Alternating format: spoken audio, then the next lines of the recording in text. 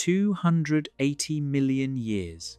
That is how old the universe was when the light from MOME Z14, the most distant galaxy ever confirmed, left home and started its 13.5 billion year journey toward the James Webb Space Telescope. According to the model cosmologists have been using for 30 years, that galaxy should not exist. It is too bright, it is too compact, it is too organized, and it is not the only one. Webb has now catalogued an entire population of impossible early universe objects, and the working community has quietly moved from calling it a tension to calling it a crisis. So pour something warm, get comfortable, and stay with me. Because we are about to walk through the night, the universe stopped matching its own textbook.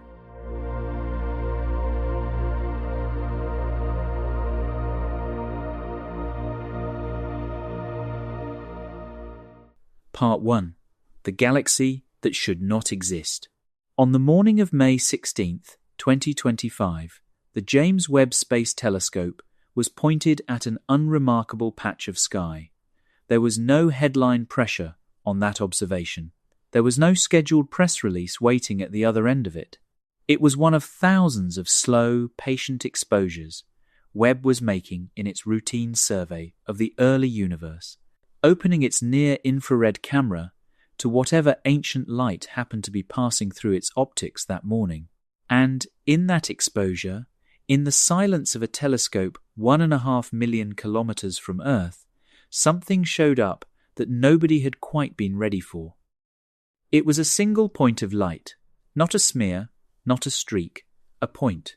A small, compact source, redder than almost anything else in the field, holding its own against the noise of the detector and the patience of the engineers who had spent decades getting Webb to the place where it could take this image at all.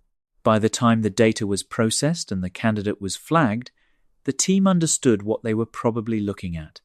They were looking at the most distant galaxy ever confirmed. They were looking at light that had been traveling for 13.5 billion years.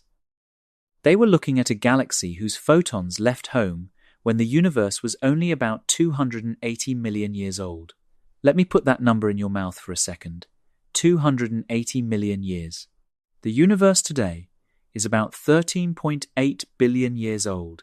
So this galaxy, which now goes by the name MOM Z14, sent its light to us from a time when the universe was less than 2% of its current age.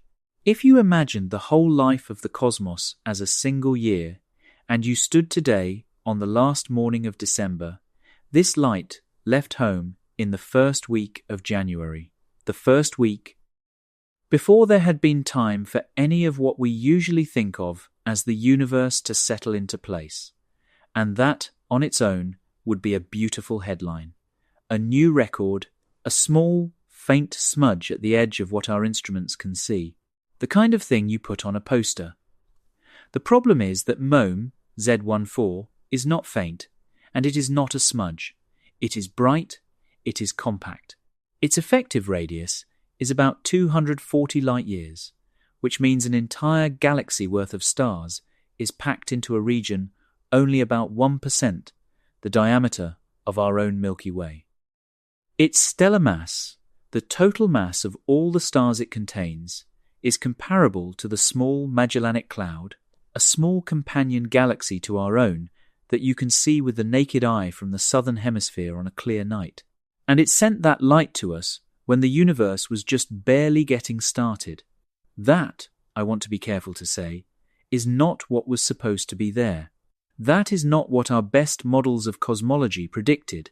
That is not what generations of theoretical astrophysicists wrote into their papers about how galaxies should form, when they should form, and how bright they should be at any given moment in cosmic history.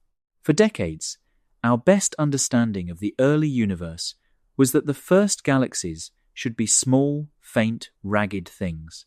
They should be little glowing clumps of gas that had only just begun to convert themselves into stars. They should be hard to see, even for an instrument as good as the James Webb Space Telescope. The early universe, in our story, was a slow place, a patient place, a place that was supposed to need time before it produced anything we would recognize as a galaxy. MOME, Z14, did not get that memo. And here is the thing that you might already be sensing as I tell you this. MOME, Z14, is not alone.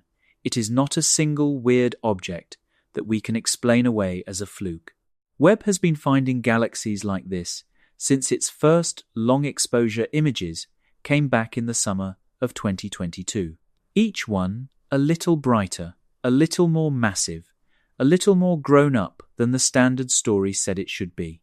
Some of them organized into spirals, some of them already dusted with mature stars, some of them rotating, some of them not rotating, some of them merging when mergers were supposed to be rare, and all of them, together, painting a picture of an early universe that was busier, denser, and far more developed than the textbooks we wrote in the late 20th century would allow.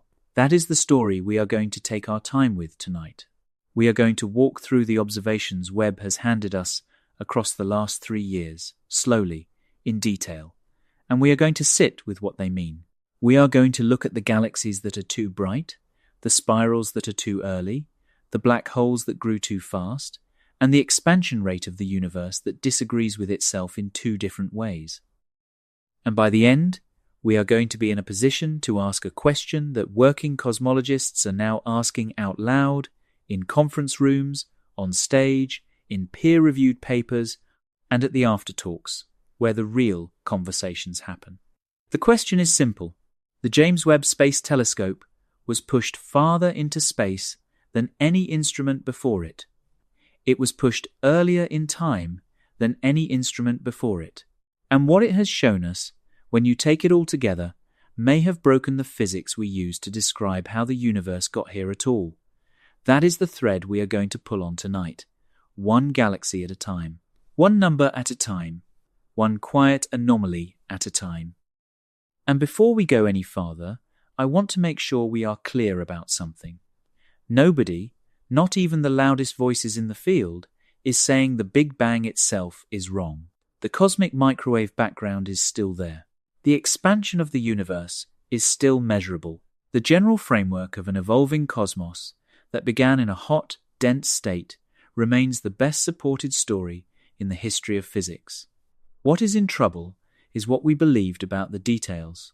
What is in trouble is the model called lambda CDM, the standard parameterization of cosmology that has been the working assumption for almost 30 years, the model that tells us how much dark matter and dark energy there is, how fast structure should grow, and how quickly the first galaxies should appear. That is the model Webb has been stress testing, observation by observation, and it is starting to look like the model is failing in more than one direction at once. I want to be careful about one more thing before we go further. When working physicists talk about a model failing, they do not always mean the model is wrong in the simple sense. Sometimes they mean the model is incomplete. Sometimes they mean the model needs an extra component. Sometimes they mean the model's parameters were estimated from data that did not yet exist, and the new data is pulling those parameters into uncomfortable positions. A model under stress is not a model in collapse. It is a model whose accumulated patches are starting to look more elaborate than the model itself. That is the situation lambda CDM is in tonight. It is not in collapse, it is in stress. And we are going to spend the next 2 hours feeling, in slow detail, exactly what kind of stress that is. The other thing I want to set up before we move on is the difference between observation and interpretation. The numbers Webb returns from MOME, Z14, are not in dispute. The brightness measurements are reproducible across multiple instruments and multiple analysis pipelines. The spectroscopic redshift is locked in. What is in dispute is what the numbers mean. Whether the implied star formation efficiency is real, or whether some hidden astrophysical effect is making the galaxy look brighter than it is. That is the conversation working cosmologists are having right now. And it is the conversation we are going to walk through tonight, calmly and carefully, until you have your own sense of where the data has gone and where it has not. Before we look at any other galaxy, though, I want you to understand the telescope itself, because the thing that makes Webb's observations so disturbing to working cosmologists is not just the data. It is that the data came from an instrument that was specifically designed to be incorruptible, parked in a place where it could never be tampered with, never repaired, never accidentally bumped by a passing astronaut. Webb is sitting at the most isolated outpost humans have ever maintained. And the fact that the universe it is showing us is not the universe we expected is not the kind of thing you can blame on a smudge on the lens. So before we get to MOME, Z14's older sibling, before we get to the impossible spiral, before we get to the black holes that grew too fast and the Hubble constant that refuses to agree with itself, I want to tell you how Webb got out there, and why nothing we have ever built can go and bring it home. Is less than break time equals 1s is greater than number. Part 2, A Telescope Beyond Repair. On December 25th, 2021, Christmas morning, the James Webb Space Telescope sat folded inside the nose cone of an Ariane 5 rocket on a launch pad at Kourou in French Guiana. The launch had been delayed for years. The budget had ballooned. The engineering team had spent 3 decades preparing for this single moment. And then, in a 30-minute window on a Christmas morning, they lit the rocket. The launch itself was, by all accounts, beautiful. The Ariane 5 climbed cleanly through the equatorial sky and delivered Webb to a precise trajectory aimed at a point in space about 1.5 million kilometers from Earth. The precision of that delivery was so good that the spacecraft did not have to spend nearly as much of its onboard fuel correcting its course as engineers had budgeted for. That single piece of good fortune is the reason Webb's mission lifetime, which was originally estimated at about 10 years, is now expected to last at least 20. But the launch was only the beginning of the journey. For the next 30 days, Webb cruised toward its destination, unfolding itself in a sequence so complicated that NASA had built a public counter on its website tracking each of the 344 single point of failure mechanisms one by one. Each of them had to work. None of them could be tested at full scale on the ground. The sun shield, an enormous 5-layer structure roughly the size of a tennis court, had to unfurl in absolute cold, with no air resistance, in the silence of interplanetary space, while the spacecraft tumbled forward at speeds the human nervous system has no register for. By the time Webb arrived at its destination in late January 2022, it was about 4 times farther from Earth than the Moon. Let me give you a second to sit with that. The Moon is, on average, 384,000 kilometers away. Webb is about 1.5 million kilometers from Earth. That is 4 moons of distance, all the way out to a point in space that does not have a name in any star map, a point defined entirely by the way the gravity of the Sun and the gravity of the Earth balance each other. That point is called the second Sun-Earth Lagrange point, or L2. It is one of 5 gravitational sweet spots in our solar system where the combined pull of the Sun and Earth allows a small object to orbit with the same 1-year period as Earth itself. L2 sits on the far side of Earth from the Sun, so an object parked near it has the Sun, the Earth, and the Moon all on the same side of itself. That geometry is exactly what Webb needs. With the Sun on one side and the cold of space on the other, Webb can unfurl its sunshield and let one side of the spacecraft bake at about 110 degrees Celsius, while the other side cools to about minus 235 degrees Celsius. That is one of the largest sustained temperature gradients ever maintained by a machine anywhere, ever. Webb does not actually sit at L2. It traces a wide, looping halo around L2, with the distance between the spacecraft and the gravitational point varying between about 250,000 and 830,000 kilometers, completing one full halo orbit every 168 days. That looping motion serves two purposes. It keeps Webb away from the gravitational saddle point itself, which is dynamically unstable, and it lets the spacecraft maintain a constant line of communication with Earth without the Sun ever interfering with its instruments. All of this was built for a single purpose. Webb's optics needed to be cold. Mid-infrared light, the kind of light Webb is built to detect, is exactly the kind of light that any warm object, including a telescope, emits as thermal glow. If your telescope is warm, your telescope drowns out the signal it is trying to see. So Webb's instruments had to be parked in the cold. And the only way to keep them cold, reliably, for decades, was to put them out at L2 with a tennis court-sized parasol between them and the Sunday. There is a quiet consequence of that decision. Nobody, anywhere, has the ability to go and fix it.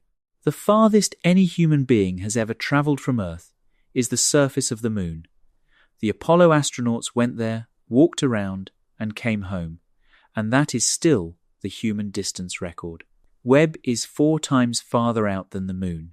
There is no vehicle currently in existence anywhere on Earth that can take a crew to L2. There is no robotic servicing mission planned. There is no rendezvous capability built into Webb itself. Every component on the spacecraft was designed in the knowledge that if it failed, it would simply stay failed. No second chances, no fixes, no going out there. And that fact is part of what makes this evening's conversation feel the way it does. Webb is showing us a universe we did not write, and the universe it is showing us is being delivered by an instrument that nobody can reach, nobody can tamper with, nobody can update with a software patch, except by transmitting commands across 1.5 million kilometers of empty space and hoping the antenna on the other end is still listening. The pictures Webb sends back are, in a real sense, a one-shot record. They are what the universe looks like from where we put the telescope, and where we put it is somewhere we cannot go. If the early universe were behaving the way we expected, this isolation would be quietly heroic. We would point at the L2 halo and say, look at what we did, look at what we built. Look at the patience and the engineering and the willingness to commit ourselves to an instrument we could never recover. But that is not the story. The story is that we built an instrument we cannot reach, and the instrument is telling us things we are not sure how to interpret. The instrument is, in its calm, undeniable way, suggesting that what we believed about the early years of the universe was wrong. That is the strange tension at the center of tonight. The most isolated, most uninterrupted, most engineering-careful instrument we have ever sent into space has come back with data that is hardest of all to dismiss. And the data, when you look at it together, has begun to point in the same direction. The early universe was not slow. The early universe was not faint. The early universe was not patient. The early universe, as Webb has shown us, was already busy. And we are going to spend the next several hours together walking through what that busyness looks like, what it might mean, and why some of the most careful working cosmologists alive today believe we may be standing at the edge of the next great revision of the Standard Model. Before Mum, Z14, before Zhulong, before the little red dots and the Hubble crisis, the trouble was already arriving in Webb's first images. So let me take you back to the summer of 2022, when the first long-exposure survey field came down, and the first quiet conversations began about what the data was really saying.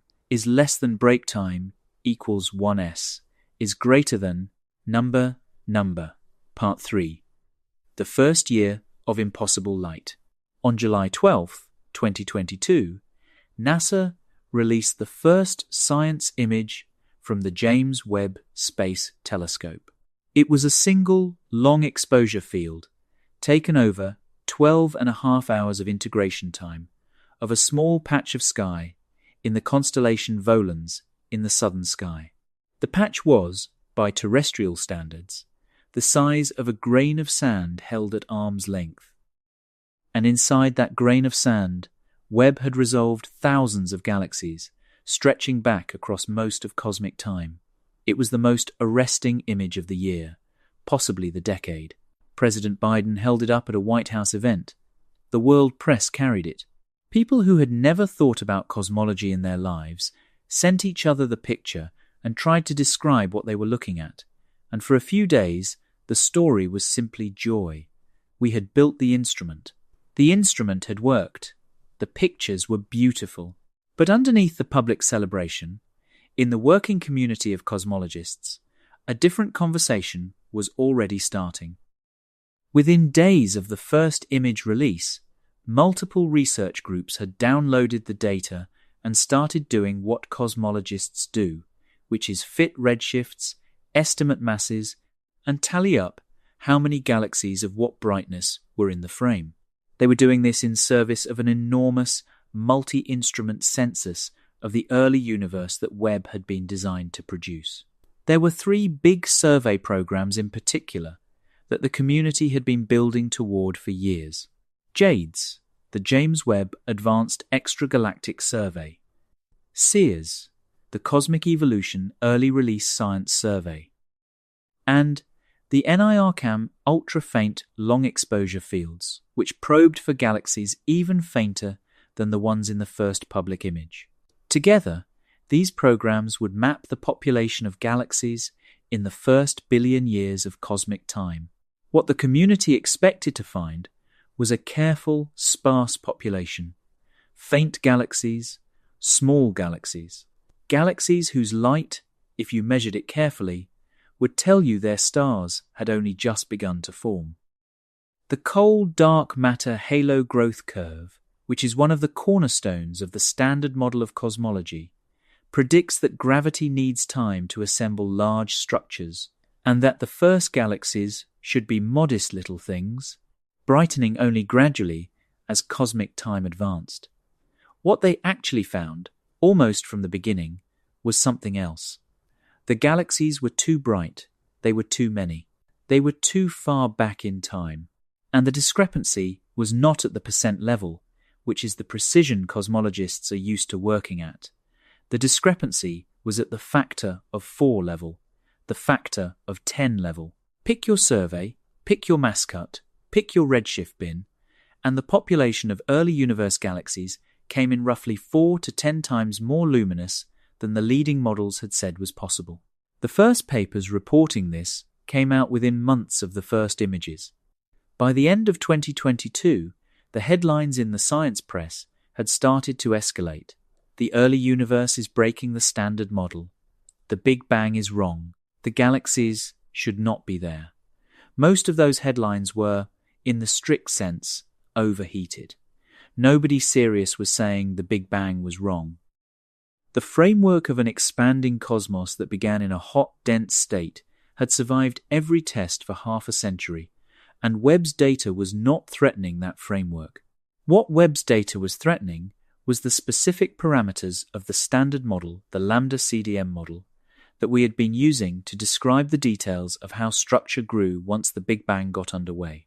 The loudest public voice in those early months belonged to Avi Loeb, the Harvard astrophysicist who had spent years arguing that mainstream cosmology was too willing to dismiss anomalies that did not fit the model. Loeb wrote, gave interviews, posted on his personal Medium page, and generally insisted that the new Webb data was telling us something the community was not ready to hear. Other cosmologists pushed back. They argued that the new data, when looked at carefully, might be partially explained by errors in the photometric redshift estimates, by improved understanding of the early universe dust, and by the possibility that the very first stars formed in a way that produced more light per unit of stellar mass than the modern universe does. That last possibility deserves its own moment, because it is genuinely interesting. The way we estimate the mass of a distant galaxy is by measuring its light and then assuming a so-called initial mass function, which describes how many stars of each mass are produced when a cloud of gas collapses to form a star cluster. In the modern universe, the initial mass function is well measured.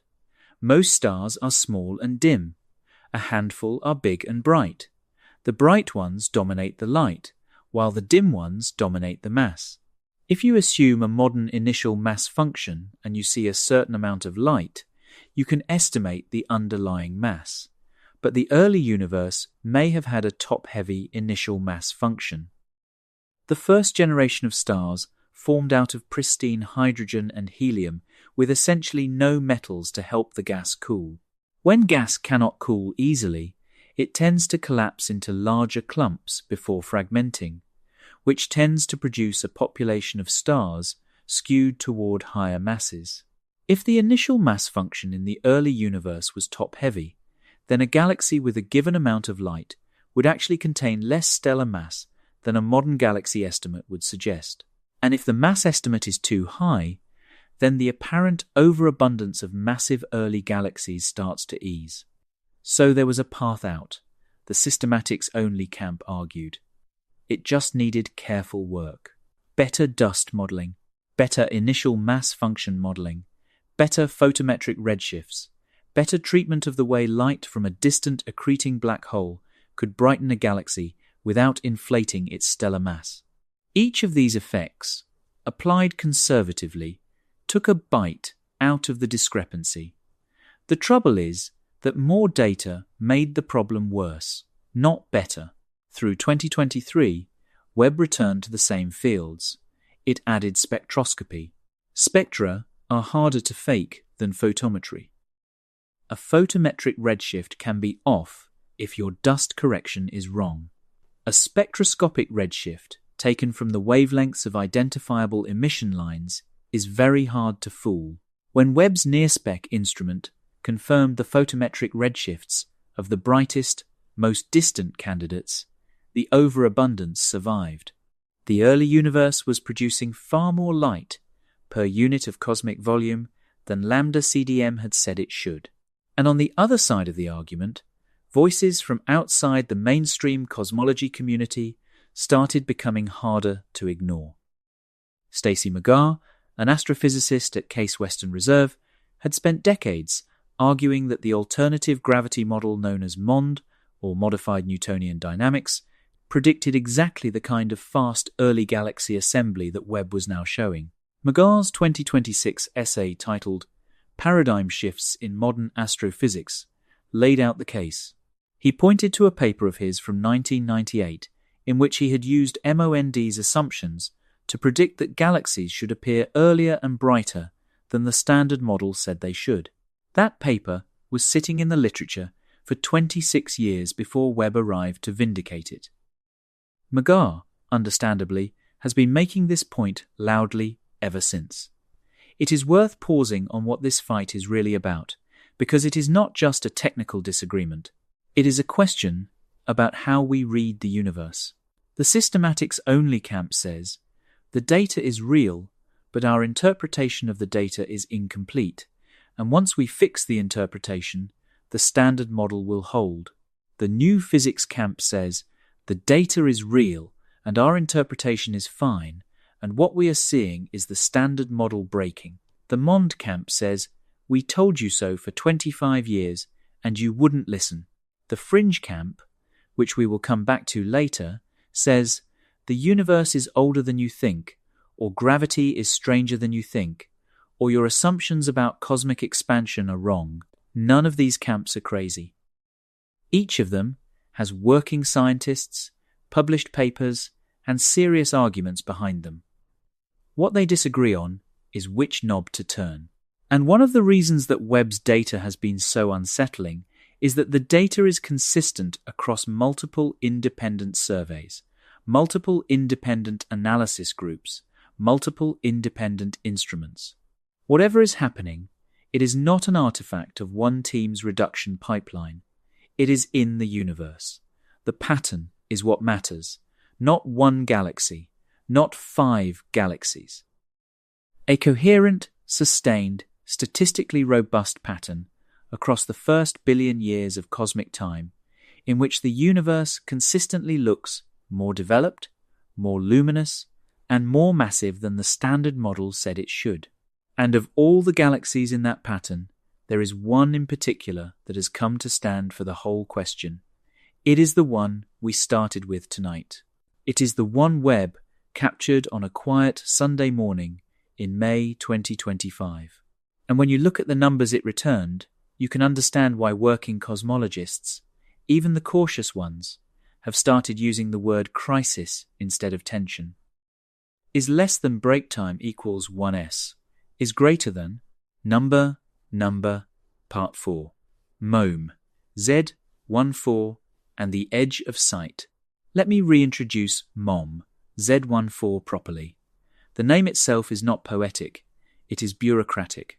The letters stand for most distant in NIRCam, indicating which Webb instrument first saw it, and the Z14 marks the redshift bin in which it was originally classified. There is no Greek mythology in the name, there is no homage, there is just a label, which, in a way, is fitting. The galaxy was not anticipated. It was not part of a targeted hunt. It came up out of a routine survey, the way an old letter sometimes comes up out of a drawer. But the label was quickly replaced in the working community by a different label. The label became the most distant galaxy ever confirmed, and the route from candidate to confirmed runs through one of the most beautiful sequences in modern observational astronomy. Let me walk you through it. Webb's NIRCam, the near-infrared camera, takes pictures in several wavelength bands at once. When light from a distant galaxy passes through the universe on its way to Earth, the expansion of the cosmos stretches the wavelengths of that light. Blue light becomes green light. Green light becomes red. Red light becomes infrared. The further the source, the more stretching, until the light that left the galaxy as ultraviolet has been redshifted into the infrared bands Webb is built to detect. By the time MOM, Z14's light, reached Webb, every photon had been stretched by a factor of more than 15. When you look at the multi-band image of MOM, Z14, you can almost see the redshift directly. In the bluest bands, where Webb is sensitive to short infrared wavelengths, the galaxy is invisible. In the slightly longer bands, it is invisible. Keep moving to longer wavelengths, and somewhere around 2 microns, the galaxy suddenly appears. That sudden appearance is a feature called the Lyman alpha break. It is the cliff edge on the spectrum of any galaxy in the early universe, the place where intervening neutral hydrogen in the universe absorbs almost all of the ultraviolet light shorter than a particular wavelength. The position of that cliff edge tells you the galaxy's redshift, but photometric redshifts, even good ones, can be off. To confirm the distance, you need spectroscopy. So Webb pointed its NIRSpec instrument at MOM, Z14, and took its spectrum. NIRSpec broke the galaxy's light into its component wavelengths and looked for emission lines, the bright peaks in the spectrum that correspond to specific atomic transitions. The position of those lines, relative to where they would be in a laboratory, tells you exactly how much the light has been redshifted. The verdict came back as a number with 5 significant figures. 14.44, that is the redshift of MOM, Z14. The previous record holder, JADESGSZ140, had a redshift of 14.18, which itself had eclipsed GN Z11 at 10.6. MOM Z14 pushed past them all, and once the spectroscopic confirmation was in, the team published the paper in the Open Journal of Astrophysics, where it sits now as the official measurement of the most distant galaxy ever seen. The age of the universe at that redshift is about 280 million years, less than 2% of the current age of the universe, less than 500 million years into a story that has been running for 13.5 billion years. Now, here is what makes that number frightening, in the gentle, slow way Webb data tends to be frightening. To see MOM, Z14 at all, the galaxy has to be luminous enough that its light, redshifted, dimmed, stretched, attenuated, can still make it through the universe and into Webb's detector. The luminosity required to do that is enormous.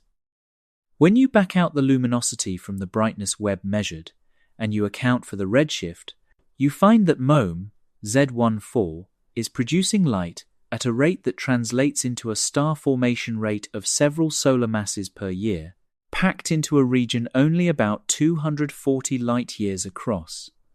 And that, when you sit with it, is where the model starts to break. The standard cosmological story says that the rate at which gas converts into stars in a galaxy is capped. There is a maximum efficiency. The leading models put that ceiling at somewhere around 20%, meaning that in any given crossing time of the gas inside the galaxy, no more than about 20% of it can become stars. The reasons for that ceiling are intuitive. Forming stars releases enormous amounts of energy, which heats up the surrounding gas, which prevents more stars from forming. Forming massive stars produces supernovae, which blow gas back out of the galaxy.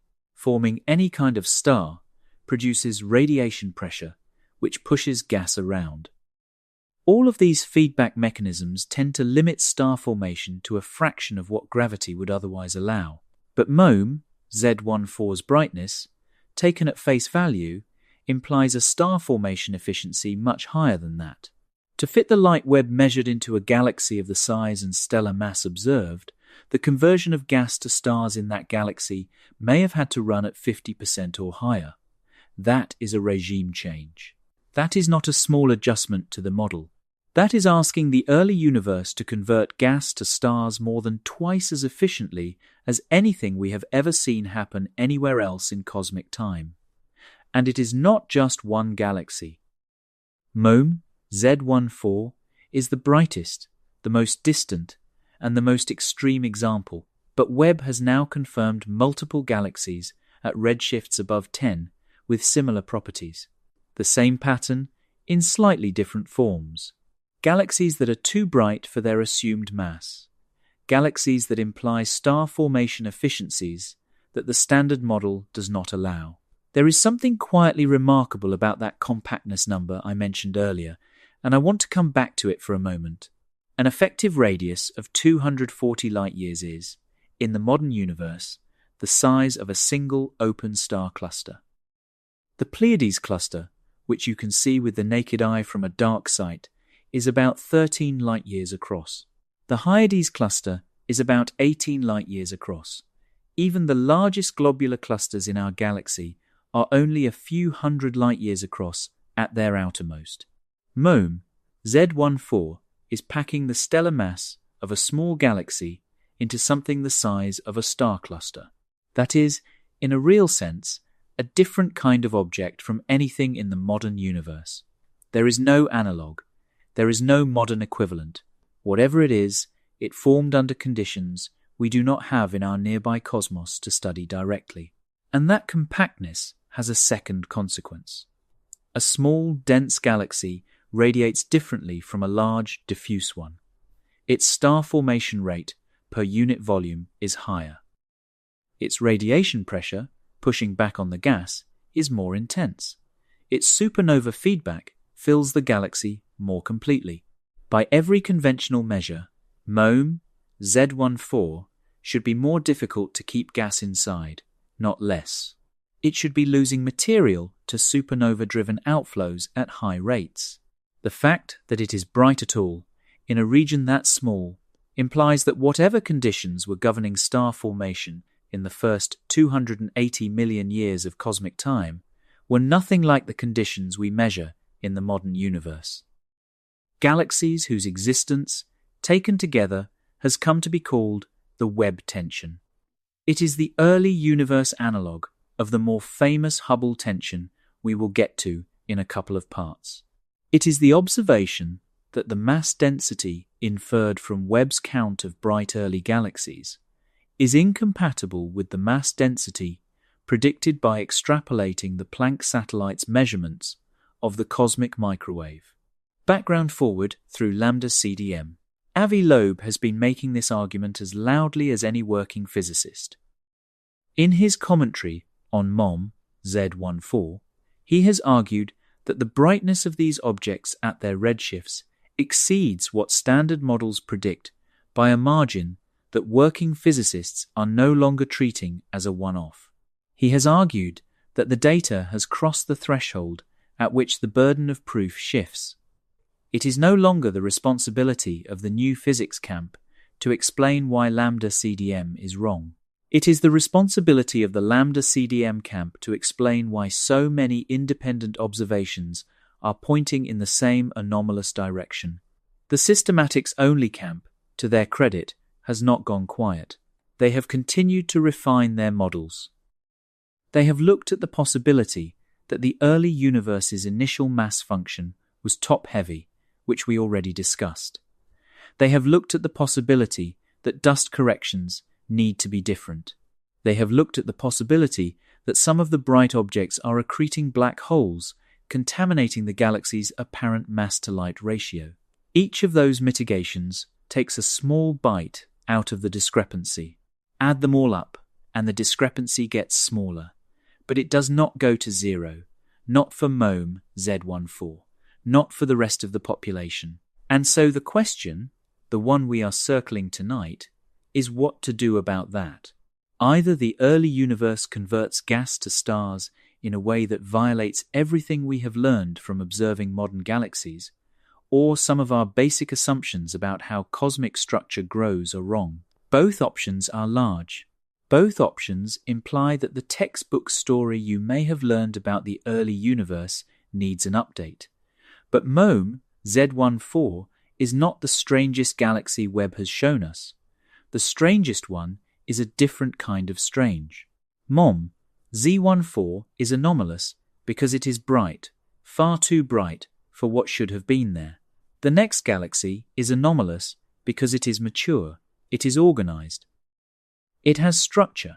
It looks like a galaxy you would expect to see in the modern universe. And it sent its light to us from a time when nothing should have looked like that yet. Is less than break time equals 1s, is greater than number. Part 5, Zhulong and the Old Young Universe. Let me introduce you to a galaxy named Zhulong. The name is Chinese. It refers to a mythological dragon deity associated with cosmic light.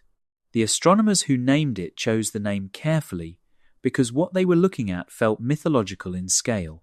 Zhulong was discovered in the Panoramic Survey and reported in 2024, with follow-up analysis through 2025 and into 2026. Its spectroscopic redshift sits at about 5.2, which means its light left it roughly 1 billion years after the Big Bang. That, on its own, is not the headline. We have catalogued thousands of galaxies in the first billion years of cosmic time. Some of them are interesting. Some of them are routine. What makes Zhulong different is its shape. Zhulong is a grand design spiral galaxy. It has a classical central bulge, a flat stellar disk, and clean, ornamented spiral arms. It is about 62,000 light-years across, which is on the same order as the Milky Way. If you took a Hubble Space Telescope picture of Zhulong and a Hubble Space Telescope picture of the Milky Way's twin galaxy, NGC 2840, you would have a hard time telling them apart visually. The arms are the right shape. The bulge is the right size. The whole thing looks like a textbook spiral. The thing is, the textbook says spirals do not look like that yet at 1 billion years. To understand why, let me walk you through what spiral arms are. Spiral arms are not, as is sometimes assumed, fixed structures rotating with the disk. They are density waves. They are slow-moving regions of higher gas density that move through the disk like the ripples on the surface of a pond. Stars and gas enter the wave, get briefly compressed, become slightly brighter, and then drift out the back. The pattern persists because of the underlying gravitational dynamics of the disk.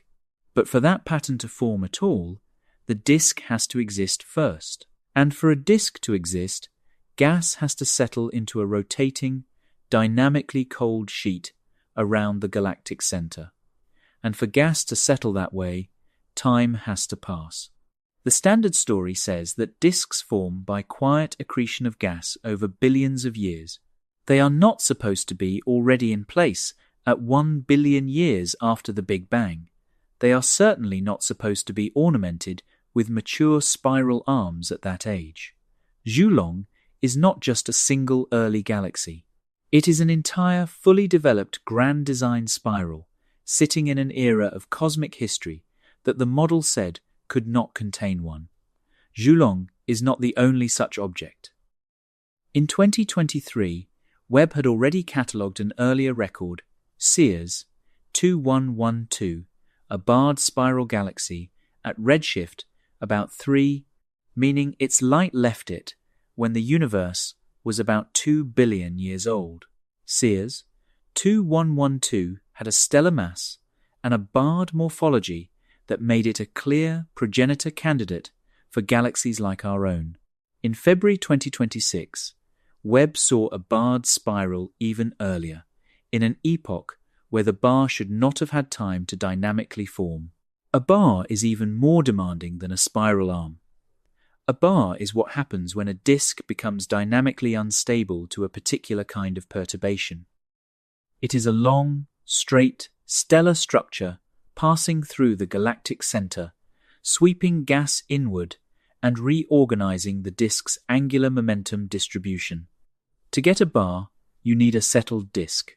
You need internal dynamics that are mature enough to enter into that kind of instability. And the further back in cosmic time you go, the harder it should be to find one. Webb has been finding them anyway. Then there is the giant non-spinning galaxy, reported in May 2026. Science Daily covered the story when the paper appeared, and the working cosmology community took notice immediately. The object was massive in the early universe and showed essentially no rotational signature in its spectroscopic profile. That is strange in a different way from a precocious spiral. The standard picture says angular momentum should be ramping up everywhere in the early universe, because tidal torques between forming dark matter halos transfer angular momentum to their baryons. Big galaxies should be spinning. A massive early galaxy that is not spinning is, again, a single observation that does not match what the model predicts. And then in January 2026, the Texas A&M-led team reported an early universe galaxy-galaxy collision at a redshift higher than mergers were thought to be common. Mergers, in the standard story, take time. They require galaxies to grow first, find each other second, and merge third. An early universe merger pushes that timeline back. Just as Webb's measurement of a mature spiral pushes the timeline of disk formation back, just as Webb's measurement of a precocious bar pushes the timeline of bar formation back, just as MOM Z14 pushes the timeline of luminous galaxy formation back. Do you see the pattern? It is not one anomaly. It is not 5 anomalies. It is a coherent, sustained pattern across multiple kinds of observations in which the early universe consistently looks more grown up than it should. The model predicts an early universe that is still in its rough draft. Webb is showing us an early universe that is already, in important ways, finished. Let me put this in a way that might land differently. If you took a working astronomer from the year 2015 and showed them Xulong without telling them its redshift, they would have placed it in the modern universe, possibly in the era of relatively recent star formation. They would not have guessed that they were looking at an object whose light left it 12.8 billion years ago. The shape is wrong for that redshift. The arms are too crisp. The bulge is too developed. The disk is too clean. The visual pattern recognition that astronomers use to estimate cosmic epoch from morphology would have failed completely on this galaxy. And that failure of pattern recognition is itself a kind of data. It tells us that morphological evolution, the slow shaping of galaxies into their familiar modern forms, may have run on a much faster clock in the early universe than our models allow. There is one more piece of the puzzle worth sitting with. The James Webb Space Telescope is not the only instrument we have looking at the early universe. The Atacama Large Millimeter Array in northern Chile has been measuring molecular gas and coal dust in high redshift galaxies for years. ALMA's measurements of early universe gas reservoirs have shown that some of those galaxies have already accumulated impressive amounts of dust and molecular gas by the time we see them. Dust takes time to form. It comes from previous generations of stars that have lived and died. An early universe galaxy with lots of dust is a galaxy that has already gone through several star formation cycles. ALMA and Webb together are telling the same story, from two different bands of the spectrum. The early universe was busier than we thought. There is another piece of this story that is worth pulling out, because it is the one that is hardest of all to dismiss. Some of the early galaxies Webb has measured contain stars whose implied ages are too old. Their spectra show red, evolved stellar populations whose colors and absorption features are consistent with stars several 100 million years old, which is fine, except that the universe at that redshift is only several 100 million years old. The light from these stars sometimes implies a stellar age that, taken at face value, is older than the universe in that frame. It is like discovering, on the morning of the first day of a project, that someone has already been working on the project for 2 weeks. There are explanations. Dust reddening can mimic old stars. Metallicity uncertainties can shift the age estimates. The point is not that any one of these objects definitively requires new physics. The point is that the cumulative weight of so many independent observations, each pulling in the same direction, is what working cosmologists are now trying to absorb. And here is the real reason Webb has changed the conversation. Before Webb, the early universe was, in a real sense, theoretical. We had models. We had predictions. We had a small handful of objects from Hubble's longest exposures, observations that were too few and too uncertain to constrain the models tightly. Webb has converted the early universe from a theoretical place into an observational place. And what the observations are showing us, over and over again, is that our theory was wrong about how busy that place was. So what does it mean when the theory is wrong by this much? What does a factor of 4 to 10 discrepancy in early galaxy abundance actually imply for the model that produced it? That is the question we are going to take up next. Because the numbers, when you walk through them carefully, are not as forgiving as people sometimes pretend. And the size of the discrepancy is exactly what tells you whether you are looking at an adjustment to the model or a regime change in it. Is less than break time equals 1s is greater than number, part 6.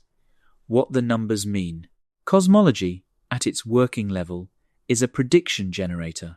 You set up a model, you fix the parameters, you let the model run forward from the cosmic microwave background. And you ask the model, given these inputs, how many galaxies of what mass should exist at what cosmic time, with what brightness and what clustering. The model gives you numbers. You go out with your telescope and you count.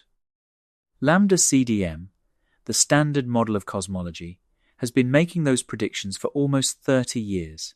The model assumes that the universe is filled with cold, dark matter, that dark energy behaves as a cosmological constant, that the geometry of space is flat, and that the primordial density fluctuations were small and Gaussian. From those ingredients, the model produces a halo growth curve. The halo growth curve tells you, at any given cosmic time, what the distribution of dark matter halos should look like, with how much mass, in how many places. The galaxies form inside those halos. The number of galaxies of any given mass at any given time depends on the halo growth curve and on the efficiency with which gas inside each halo converts itself into stars. This is the prediction Webb is testing, and the test is not subtle.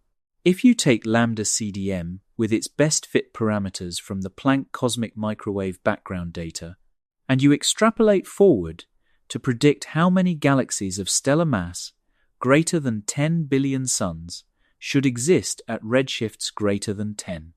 The model gives you a number.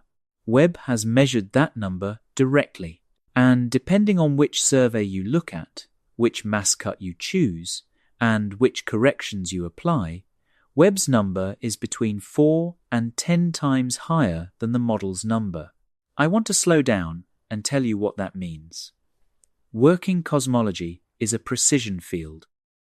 The standard parameters of lambda CDM are known to better than 1%. The cosmic microwave background measurements from Planck are quoted with uncertainties that look almost cartoonishly small. When the measurements come in disagreeing with the model by factors of 4 to 10, that is not noise. That is not statistical wobble. That is, in the language working cosmologists use, a regime change. The number cannot be reconciled with the model by small adjustments. So the question is, what kind of adjustment can reconcile the number with the model? We already talked about the leading candidates in Part 3.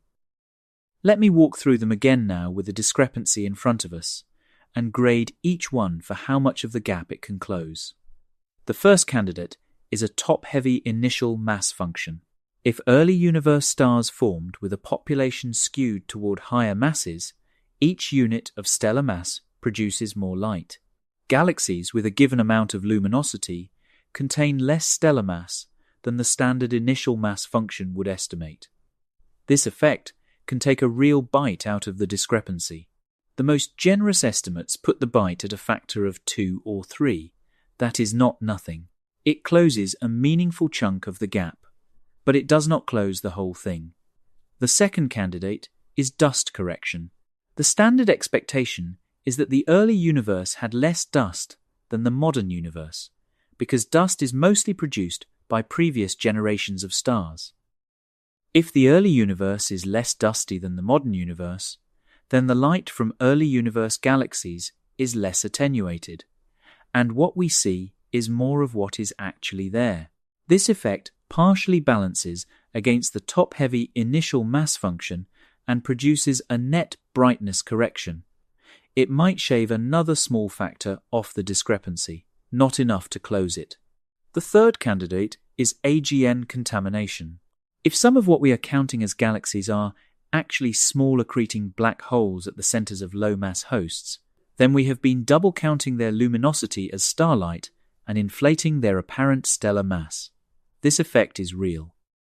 Webb has now confirmed that some of the brightest early universe objects are AGN-dominated, but the population is still discrepant even after AGN corrections are applied. Bite taken, gap not closed. The fourth candidate is photometric redshift errors. Some of the high redshift candidates may turn out to be lower redshift interlopers when spectroscopically followed up. Webb has now spectroscopically confirmed many of the highest redshift candidates, narrowing this loophole significantly. The brightest of the bright are not interlopers. They are what they appear to be. Add up all the systematic corrections honestly. The most generous combined estimate brings the discrepancy down from a factor of 10 to a factor of 2 or 3. The least generous estimate barely moves the discrepancy at all. Either way, the model is left with a problem. Even in the best case, the early universe is brighter than lambda CDM predicts. The systematics-only path eases the tension. It does not close it. So what about the new physics path? What are the candidate fixes that involve changing the model rather than refining the corrections? Let me walk through the leading options. Early dark energy is one of the most discussed candidates. It is the proposal that a brief boost of energy near the time of recombination, fading away afterward, shifted the early universe expansion enough to change the conditions under which structure began to grow. Early dark energy can ease both the Hubble tension and the early galaxy abundance problem simultaneously, at the cost of introducing a new physical component with no independent motivation.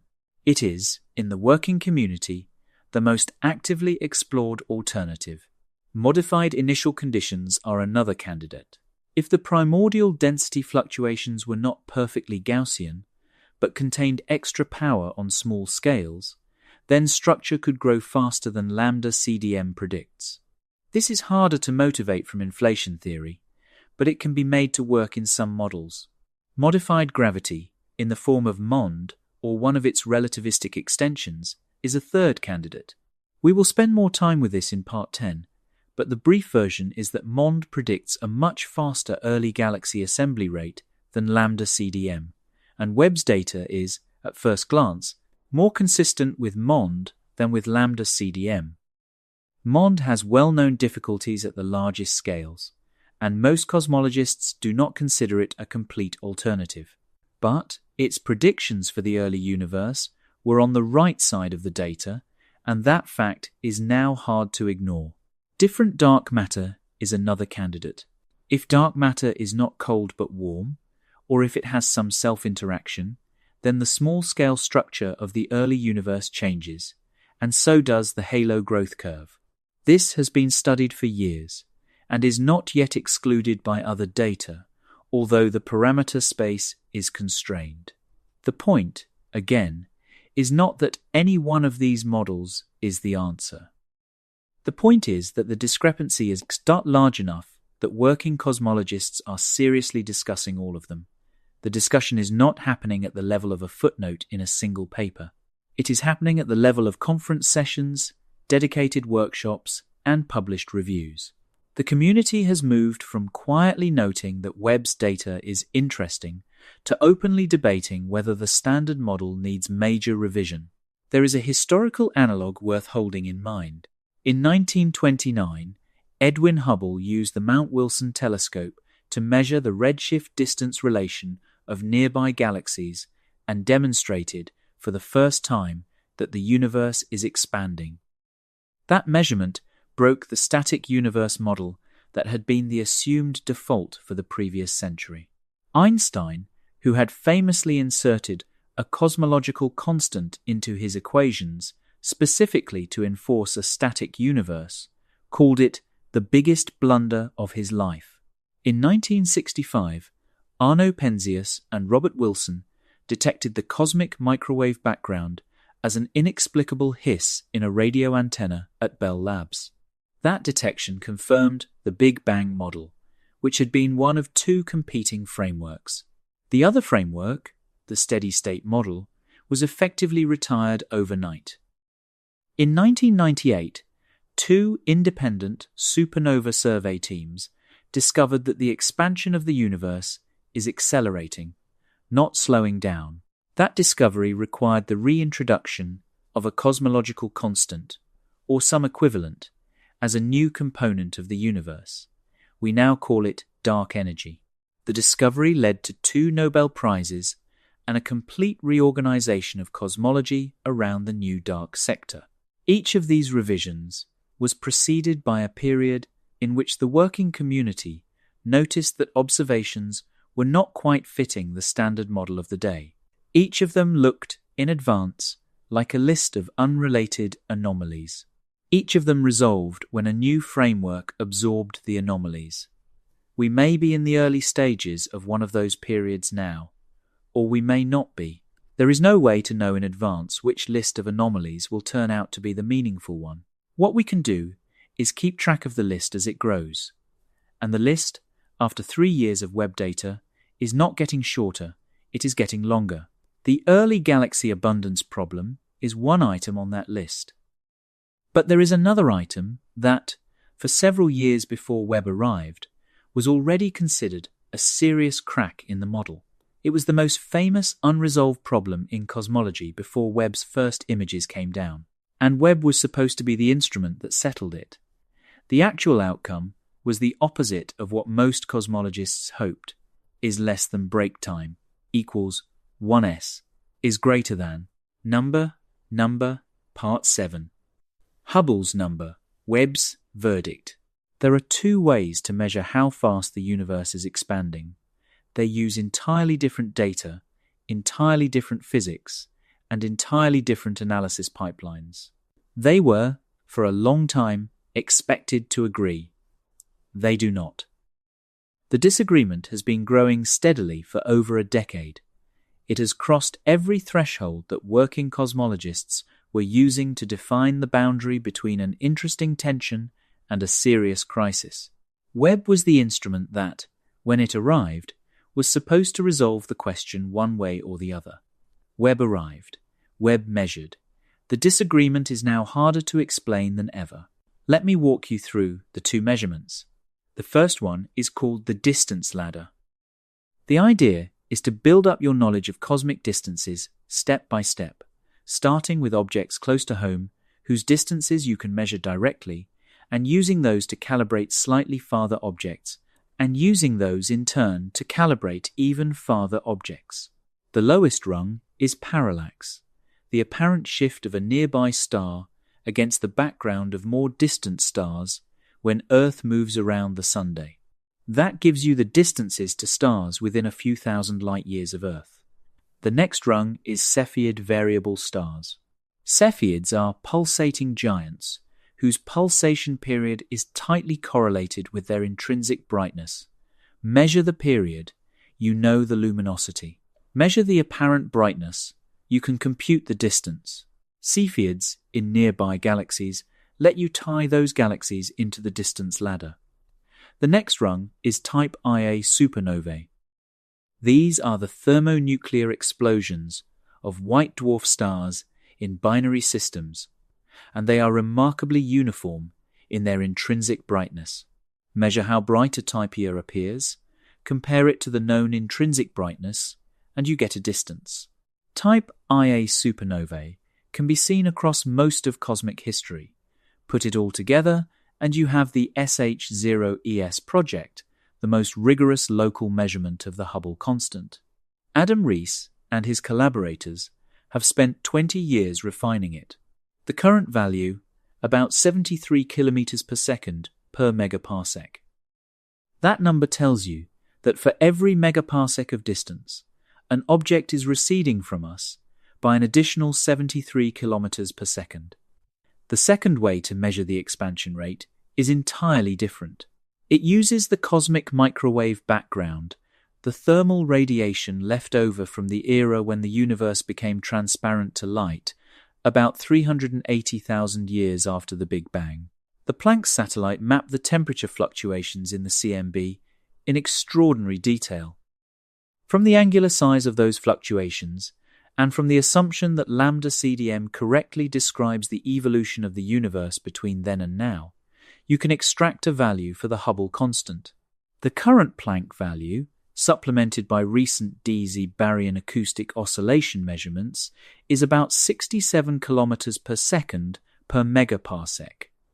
Two methods, both inside their own claimed uncertainties, separated by about 10%, or, in the language of statistical significance, separated by about 5 sigma, which is the same threshold the particle physicists used for claiming discovery of the Higgs boson. For years, the working hope was that the discrepancy was an artifact.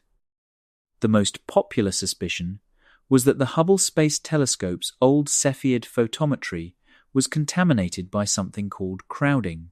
Cepheids are bright, but they sit in crowded fields. Other stars in the same line of sight can leak light into the Cepheid's measured flux, making the Cepheid look slightly brighter than it actually is. A brighter-looking Cepheid implies it is closer than it really is, which biases distances downward, which biases the Hubble constant upward. If crowding were the source of the tension, then a sharper telescope would resolve the Cepheids cleanly and show that the high local value was an illusion. Webb is a sharper telescope. Webb has more than 6 times the collecting area of Hubble. Webb's optics resolve Cepheids in nearby galaxies cleanly. Adam Rees and his collaborators spent 2024 and 2025 re-observing the SH0ES Cepheids with Webb. The hope was that the new measurements would come in lower than the old measurements, bringing the local value of the Hubble constant down toward the CMB value. That is not what happened. Webb's measurements matched Hubble's measurements. Crowding was not the source of the tension. The local distance ladder, with Webb's verification, stood at about 73. In January 2025, at the American Astronomical Society meeting, The cosmologist Dan Skolnick stood up and said, out loud, that the Hubble tension had crossed into being a Hubble crisis. He did not use the word crisis loosely. He used it because the most popular systematic explanation had just been ruled out, and the disagreement was now harder to dismiss than ever. Let me put this in the right context for the central question we have been tracing. The Hubble crisis and the early galaxy crisis are independent. They come from different data. They involve different physics. They are not artifacts of a shared analysis pipeline. They are not different ways of describing the same observation. They are two separate cracks in the same model wall, and the fact that they are both pulling in the same general direction, suggesting that lambda CDM is missing something important about how cosmic structure and cosmic expansion connect, is what raises the stakes. There is more. The Dark Energy Spectroscopic Instrument, DESI, has been mapping the large-scale distribution of galaxies for several years now. From the first 3 years of DESI data, released across 2024 and 2025, there are hints that the cosmological constant is not actually constant. That is, the equation of state of dark energy may be slowly changing over cosmic time. If those hints hold up in subsequent data releases, they would represent a third independent crack in the model. 3 independent cracks. 3 independent observations, each pointing toward the conclusion that something in lambda CDM is not quite right. The leading new physics candidate for resolving the Hubble crisis is the early dark energy model we already met in Part 6. The idea is that a brief boost of energy in the era just before recombination, fading away rapidly afterward, shifts the sound horizon and changes the early universe expansion enough to make the CMB value of the Hubble constant come out higher. If early dark energy is real, the CMB-derived value of the Hubble constant might rise from 67 towards 73, easing the tension. The trouble with early dark energy is that it is fine-tuned. It needs to turn on at a specific cosmic time, last for a specific duration, and then turn off again without leaving other observable consequences. The required component has no obvious motivation from particle physics. It does not arise naturally from any of our deeper theoretical frameworks. It is a patch, but it is also one of the better patches available, and the fact that it can ease both the Hubble crisis and the early galaxy crisis simultaneously is part of why it has attracted so much attention. Now I want to bring you back to the central thread. Webb's confirmation of Hubble's Cepheid measurements is not a separate story from the early galaxy crisis we have been tracing. It is the same physics under strain, observed from a different angle. The expansion of the universe disagrees with itself, and the early universe was already too organized, and the dark sector may be dynamical. Each of these is a piece of evidence. None of them alone is conclusive, but together they form a pattern. And the simplest reading of the pattern is that lambda CDM has reached the end of what it can hold. That reading is not yet the majority position in the working cosmology community. Most cosmologists are still betting that systematics will close some of the gaps and that a refined lambda CDM will survive. But the fraction of working cosmologists who think the model is in serious trouble is growing. The phrase new physics appears more often in published abstracts than it did 3 years ago. The conferences have started running dedicated sessions on tensions and crises. The conversation has shifted. And while the conversation has been shifting around the Hubble crisis, Webb has been quietly returning images of something else. Small, red, point-like objects in the early universe that nobody had a name for.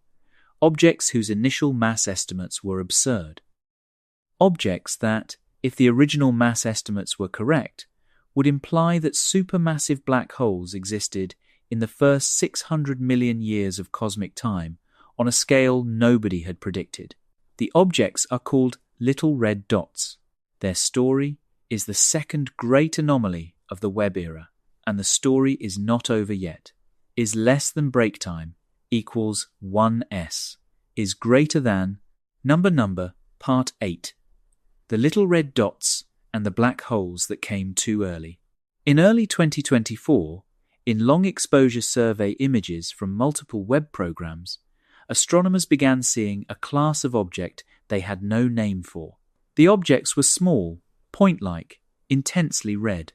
They were located in the first 1 to 1.5 billion years of cosmic time. They were not galaxies in any normal sense, and they were not quasars in any normal sense. They were something else. The community started calling them little red dots. The name stuck. By the time the first systematic catalogues were assembled in 2025, the little red dot population numbered 341 objects across multiple long-exposure fields. They peaked in abundance at about 600 million years after the Big Bang. Their spectra showed broad emission lines, which is what you see when the gas being measured is moving at high velocity, which is the hallmark of an accretion disk around a black hole. The first round of mass estimates was alarming.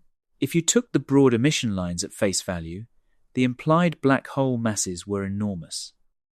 Some of the objects appeared to host black holes of billions of solar masses, sitting inside galaxies that should have been too small to grow them. The standard story of how supermassive black holes form starts with stellar mass seeds, the collapsed cores of the first massive stars with masses of perhaps 100 suns. Those seeds grow by accreting gas, with their growth rate capped by the Eddington limit, the point at which the radiation pressure from the accreting gas balances the gravitational pull. At Eddington limited growth, it takes about 1 billion years to grow from a stellar mass seed to a billion solar mass black hole. The little red dots, taken at face value, were billion solar mass black holes at 600 million years. That timeline did not work. There was not enough time, in the standard story, for stellar mass seeds to grow that big, that fast. Something had to give. I want to take a moment here to connect this back to the central thread we have been tracing. The same early universe where Webb has been finding galaxies that are too bright, too massive, and too mature is also the early universe where black hole populations are appearing too early and too large. These are not separate problems. They are companion symptoms.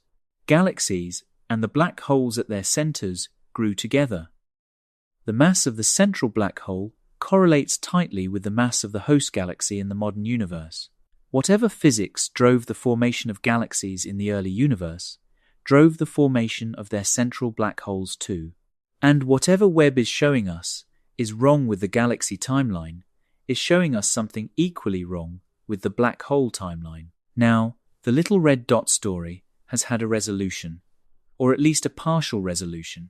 In late 2025 and into early 2026, a series of papers, including one in Nature, proposed that the broad emission lines in little red dot spectra are not being broadened by velocity. They are being broadened by electron scattering. The objects, in this interpretation, are not naked supermassive black holes.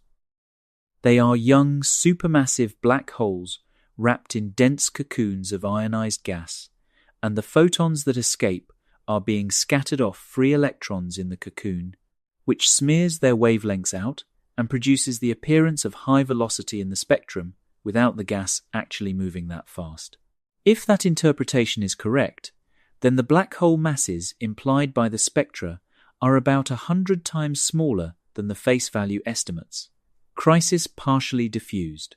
The little red dots become accreting black holes of perhaps 10 million solar masses, not 1 billion, sitting inside galaxies whose host masses are also 100 times smaller. That is still extreme, but it is in a regime where standard black hole growth pathways might just barely work. Just barely. Because even at masses 100 times smaller, the existence of accreting million solar mass black holes at 600 million years after the Big Bang is hard to explain with stellar mass seeds. The Eddington limit still applies. The timeline is still tight. The standard seed and accrete pathway, even with the cocoon mass correction, is strained. Which brings us to the other piece of the puzzle, the direct collapse hypothesis. The idea is that in the early universe, before the first generation of stars had time to enrich the gas with metals, certain large gas clouds could have collapsed straight into black holes, skipping the stellar phase entirely. The conditions required are specific. You need a halo of cold, pristine gas. You need a strong external ultraviolet background that prevents the gas from cooling and fragmenting into stars. You need the gas to fall together coherently. When all of those conditions are met, the gas can collapse straight to a black hole of perhaps 10,000 to 100,000 solar masses. That is a much bigger starting seed than stellar collapse.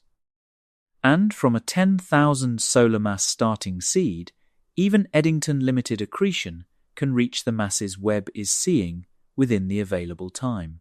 Direct collapse black holes are not a new idea. They have been a theoretical proposal for decades. What is new is that Webb is now being interpreted as observing them.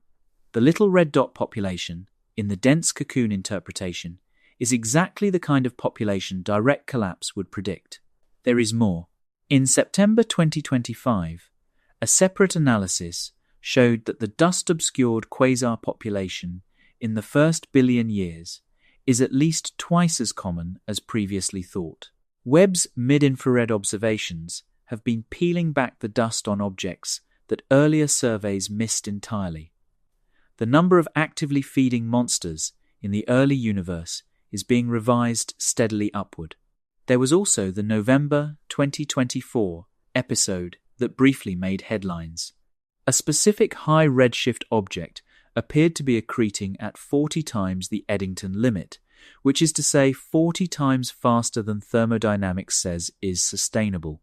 That object would have implied a fundamental breakdown of black hole physics. It did not, in the end. Webb follow-up showed that the apparent super Eddington accretion was a dust artifact. The light was dimmed by obscuration, the true luminosity was lower, and the inferred mass and accretion rate were brought back into a plausible range, resolved. But the broader population of overmassive early black holes remains. So what is the takeaway here?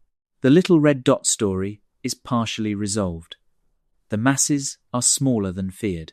The direct collapse pathway is plausible. The cocoon interpretation works for many of the objects.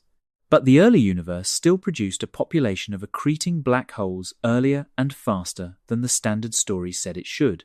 The black hole timeline is being pushed back, in the same way the galaxy timeline is being pushed back. The two stories are not separate. They are the same story, observed from two different angles. Now, here is where I want to close this part. The little red dots are not a footnote to the early galaxy crisis. They are the early galaxy crisis seen at the level of the central engines. The fact that both the host galaxies and their black holes outpace prediction by similar factors is itself a clue that the same missing physics is operating in both. Whatever is making galaxies form too fast in the early universe is also making their central black holes form too fast. The two things are coupled. Webb has now shown us that coupling, observation by observation, paper by paper. There is also a quieter implication worth pulling out of the little red dot story. When the original mass estimates came in, the panic in the press was understandable. Black holes of 1 billion solar masses, 600 million years after the Big Bang, would have been a direct violation of the standard timeline. The Nature-published cocoon interpretation rescued the situation by lowering the masses. That rescue worked. But notice what it actually means. The community was prepared to accept a factor of 100 revision of an entire population of objects on the basis of a reinterpretation of their spectral line broadening. That is not the behavior of a model that is comfortable with its data. That is the behavior of a model that is reaching for any plausible adjustment that lets it keep its core picture intact. And the fact that the adjustment was clever, well-motivated, and probably correct does not change the underlying observation. The Standard Model was, even with the revised masses, still strained by the existence of millions of solar mass black holes in the first 600 million years of cosmic time. With two simultaneous crises pulling in the same direction, the question is no longer whether lambda CDM is being stress tested. The question is, what would have to be true for lambda CDM to survive? And that question, when you take it seriously, leads us to put the Standard Model on the witness stand, which is where we are going next. Is less than break time equals 1s, is greater than number. Part 9, the Big Bang on the stand. Let me set the scene. Imagine that the Standard Model of cosmology has been called to the witness stand. The model is asked to account for what Webb has shown us. Each piece of Webb data is presented as evidence. Each anomaly is itemized. The model is asked to explain how, given its own assumptions, the early universe could have produced the objects Webb has photographed. Let me read the charges. 2 bright, early galaxies. Multiple surveys. Multiple independent analysis teams. Multiple instruments. All reporting a factor of 4 to factor of 10 excess in early universe galaxy luminosity over standard predictions. 2 massive early galaxies. Stellar mass estimates that, even after the most generous systematic corrections, leave the early universe more massive in starlight than lambda CDM allows. 2 mature stellar populations. Galaxies whose spectra show red evolved stars at redshifts where the universe was younger than the stars would imply. A grand design spiral at redshift 5.2. A barred spiral at higher redshift still. A non-spinning giant in an epoch where everything was supposed to be spinning. An early universe galaxy collision at a time mergers were supposed to be rare. 341 little red dots. A black hole population that, even after the cocoon mass correction, formed too fast for stellar mass seeds. A Hubble constant that disagrees with itself by 10%. Crowding ruled out by Webb. Tension confirmed as crisis. Hints that dark energy is dynamical. Hints that the cosmological constant is not constant. That is the indictment. Now let me read the defense. The systematic's only defense is honest and serious. The defense argues that dust corrections, top-heavy initial mass functions, AGN contamination, and photometric redshift refinements can, when applied together, reduce the early galaxy luminosity excess from a factor of 10 to perhaps a factor of 2 or 3. The defense argues that improved understanding of black hole cocoon physics has already reduced the little red dot mass estimates by a factor of 100, and that direct collapse provides a viable pathway for the remaining excess.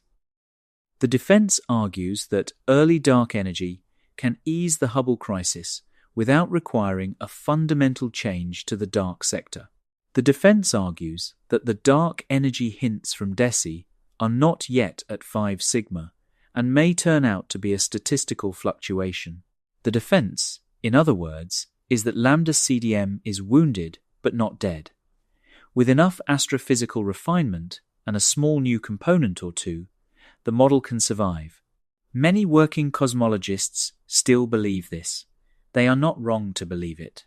The history of physics contains many examples of models that looked broken at one stage and were quietly repaired at the next. Now the new physics defense. This defense argues that the cumulative weight of the anomalies, considered together, has crossed the threshold at which patching becomes harder than rebuilding. Early dark energy plus modified initial conditions plus a top-heavy initial mass function plus a new black hole formation pathway plus a dynamical cosmological constant is, in the best case, several new pieces of physics introduced specifically to fit the data. The new physics defense argues that a single, more parsimonious framework may absorb the anomalies more naturally than the patched lambda CDM does. The trouble is that the new physics camp has not yet produced that single framework. There are candidates. MOND has predicted the early galaxy assembly rate correctly, but has known difficulties at the largest scales. Early dark energy plus modified gravity is a combination some authors have explored, but it requires multiple new pieces. Primordial black holes as a dark matter component can address some of the black hole anomalies. None of these is a finished alternative. None of them is ready to take over from lambda CDM. So, where does that leave us? In a state cosmologists describe as a working tension. The Standard Model is being asked to do more than it was originally designed to do. Each anomaly individually has a plausible patch. The patches are starting to feel ad hoc. The community is divided about whether to keep patching or to start sketching alternatives, and the data keeps coming. There is a philosophical analogy worth holding here. Before the Copernican revolution, the geocentric model of the solar system could fit any observed planetary motion by adding more epicycles. Epicycles were small circular orbits superimposed on larger circular orbits used to account for the apparent retrograde motion of the outer planets. The model worked, it was predictive, it was used for navigation, but over time, as more data accumulated, the number of epicycles required grew, and the model became baroque. When Copernicus proposed a heliocentric framework, the appeal was not that the new framework predicted the data better than the old one, it was that the new framework predicted the data with fewer parameters. That is a common shape for paradigm shifts in physics. A model that has been steadily patched over time, accumulating epicycles, is eventually replaced by a simpler model that absorbs the data more naturally. The transition does not happen because the old model fails dramatically. It happens because the new model is more elegant. We are not at the heliocentric replacement moment for lambda CDM. We are in the period of accumulating epicycles. Early dark energy is an epicycle. Cocoon broadened spectra are an epicycle. Top-heavy initial mass functions are an epicycle. Direct collapse seeds are an epicycle. Modified initial conditions are an epicycle. Each one is defensible. None of them, by itself, breaks the model. But the model that emerges from all of them at once is not the clean lambda CDM of 2022.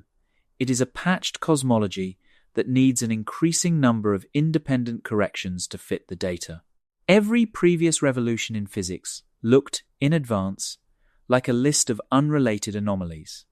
The ultraviolet catastrophe, the photoelectric effect, the specific heat of solids, the spectrum of hydrogen, the precession of Mercury's perihelion.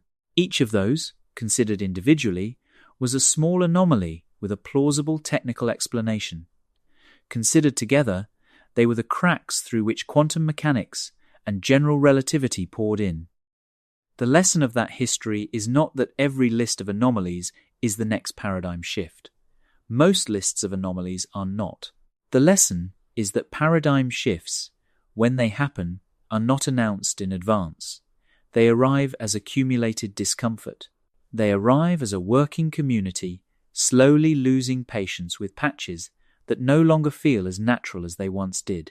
They arrive as the next generation of graduate students refusing to spend their careers refining a model that is starting to feel exhausted. The signs are not loud, they are slow. They feel, mostly, like the regular grinding work of normal science, until one day a different framework absorbs the anomalies in one move, and the old framework starts to look like a curiosity. We do not know, today, whether Webb's anomalies will turn out to be the meaningful ones. The list of cosmological anomalies may grow for another decade before resolving into a new framework. It may resolve back into a refined lambda CDM. It may resolve into something nobody has yet proposed. The honest answer is that we are in a period of active uncertainty, and the data is still arriving from a telescope nobody can reach. But there is one camp in the discussion whose predictions have been, in advance, on the right side of Webb's data. That camp has been ignored or dismissed for years. Its proponents have been treated as fringe, even when their math was sound. And now, In the wake of Webb's observations, working cosmologists are starting to ask them, sometimes uncomfortably, what they got right. The most committed of those proponents has spent 40 years arguing that gravity itself, at low accelerations, behaves differently from what Newton and Einstein wrote. The argument is called modified Newtonian dynamics. We are going to take an honest look at it next. And we are going to be careful about it, because the alternatives to lambda CDM are not all equally well supported. Some are scientifically serious, some are at the edge, and some are beyond it. Is less than break time equals 1s is greater than number, part 10, modified gravity, older universes, stranger models. Stacy McGarr is an astrophysicist at Case Western Reserve University. He has spent his career working at the intersection of galaxy dynamics and dark matter physics. He has been one of the most consistent public advocates for modified Newtonian dynamics, the alternative gravity model proposed by the Israeli physicist Mordechai Milgrom in 1983. The MOND idea, in its simplest form, is that at very low accelerations, gravity does not follow the inverse square law you learned in school. Below a critical acceleration scale, the gravitational pull falls off more slowly than Newtonian gravity predicts. The motivation for MOND was the rotation curves of spiral galaxies. The outer regions of those galaxies rotate too fast to be held together by the gravity of their visible matter alone. The standard explanation is dark matter, an invisible component that adds the extra gravity needed to keep the outer disk bound. The MOND explanation is that gravity itself behaves differently at the low accelerations characteristic of galactic outskirts, and no dark matter is needed. MOND has had a complicated history. It fits galaxy rotation curves remarkably well, often with better precision than dark matter halo models. It correctly predicted, decades in advance, a number of empirical relationships in galaxy dynamics that were not appreciated at the time. But it has known difficulties at the largest scales. Clusters of galaxies still appear to require some additional unseen mass even within a MOND framework. The cosmic microwave background, which is one of the strongest constraints on cosmology, is hard to fit without something behaving like cold, dark matter.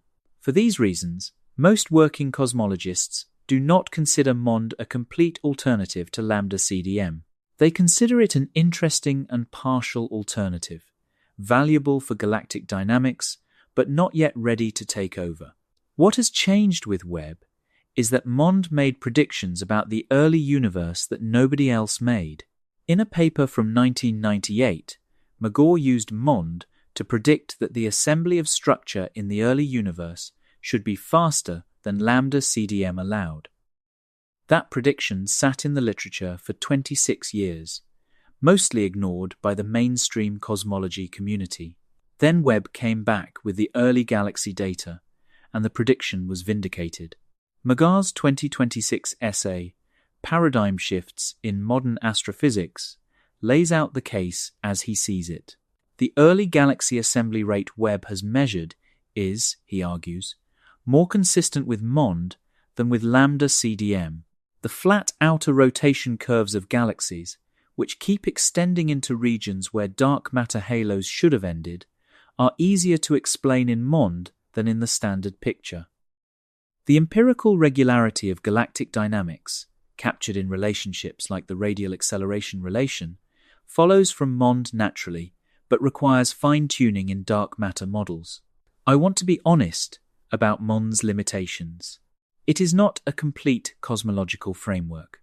The relativistic extensions, which would let MOND describe the universe as a whole rather than just individual galaxies, are still being developed. The CMB power spectrum is hard to fit. The cluster-scale dark matter problem remains. Most physicists who work on cosmology day-to-day do not believe MOND is the answer to Webb's anomalies. They consider it an interesting empirical pattern at galactic scales that needs a deeper theoretical explanation. But the fact that MOND made a successful early universe prediction has shifted the discussion. McGarr and his collaborators are being invited to give talks at major conferences. Their papers are being cited more often. The argument is not that Mond has won. The argument is that the door is open for serious discussion of alternatives in a way that it was not 3 years ago. There are other alternatives worth knowing about. Rajendra Gupta is a physicist at the University of Ottawa who has proposed a hybrid cosmological model that combines an expanding universe with a small tired light component. In Gupta's model, the universe is approximately twice its assumed age, around 27 billion years, rather than 13.5 billion. If true, the early galaxy crisis dissolves completely. The galaxy's web has photographed at high redshift had twice as long to grow as the standard story claims. Mature spirals and overmassive black holes become unsurprising. Gupta's model has been published in peer-reviewed journals. It is taken seriously enough to be discussed at conferences. It is also, in most working cosmologists' view, almost certainly wrong. The cosmic microwave background is exquisitely consistent with the standard age estimate.